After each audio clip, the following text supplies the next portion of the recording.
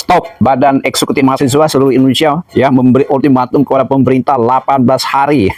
Ya adik-adik ya boleh saja yang namanya demo, yang namanya menyampaikan aspirasi, itu memang adalah kewajiban kita mengkritik, memperingatkan pemerintah. Tapi adik-adik semuanya ya, perlu dicatat dan perlu diingat ya, yang namanya reformasi pertama dulu ya tahun 98 itu sebenarnya ada kepentingan asing di sana ya. Karena kenapa? Waktu itu pemerintah kita di bawah Presiden Soeharto ya tidak mau didikti oleh IMF.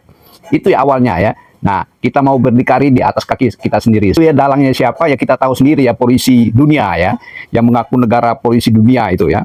Jadi ya, sehingga dibuat ya bank kita menjadi hancur lebur, rupiah hancur lebur, kurs hancur lebur seperti itu kan, sehingga terjadi pergolakan. Artinya ya ada kepentingan asing di sana. Nah ini mau menggulirkan reformasi jilid 2 perlu diingat juga ya. Ini yang namanya rupiah naik ini gara-gara ulah siapa? Ulahnya negara tetangga kita ya. Jadi menarik semua dolar Singapura dia itu ya. Nah, jadi ditukar dengan rupiah sehingga rupiah kita anjlok jatuh ya. Bukan semata-mata lemahnya ekonomi kita, fondasi ekonomi kita ya. Perlu untuk dicatat. Jadi jangan termakan isu ya. Termakan oleh gerakan orang luar negeri yang tidak rela, tidak mau melihat bangsa Indonesia itu maju ya, bangsa Indonesia itu berdikari ya, rakyat Indonesia itu sejahtera ya.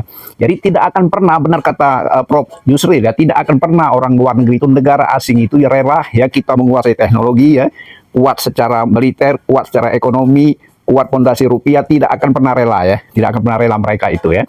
Mereka maunya negara kita ini lemah ya, tidak berdaya, miskin, melarat, sehingga mudah dikendalikan oleh mereka ya.